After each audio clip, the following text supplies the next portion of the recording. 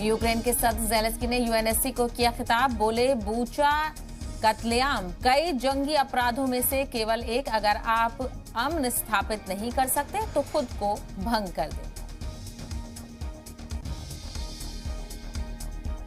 रूस ने बूचा कत्लेआम के आरोपों से फिर किया इनकार, कहा यूक्रेन रूस शांति वार्ता को कमजोर कर रहा है। पश्चिम चीन ने बूचा पर दिया रूस का साथ, कहा बूचा पर कोई भी फैसला जल्दबाजी होगी। यूएनएससी के मंच पर भारत ने बूचा में हुई हत्याओं की निंदा, कहा हमने युद्ध की शुरुआत से ही कूटनीति और बातचीत के रास्ते पर चलने के सुझाव पर दिया था जोर।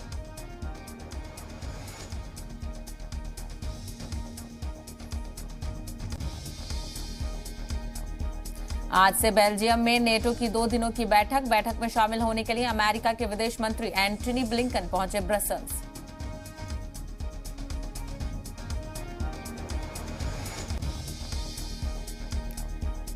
आज अविश्वास प्रस्ताव को लेकर कोर्ट में इमरान खान को लग सकता है बड़ा झटका। सूत्रों के मुताबिक पाकिस्तानी सुरक्षा एजेंसियों को नहीं मिले विदेशी साजिश के सबूत।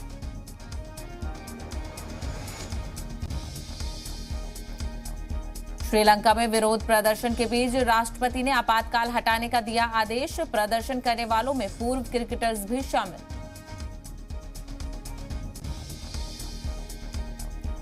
आज भारतीय जनता पार्टी का यौम तासीस, मुल्क भर में पार्टी दफ्तरों में जोरदार तैयारियां। मुल्क भर के कारकुनान को खिताब करेंगे पीएम मोदी। दिल्ली मुख्यालय पर ध्वजारोहण करेंगे नड्डा।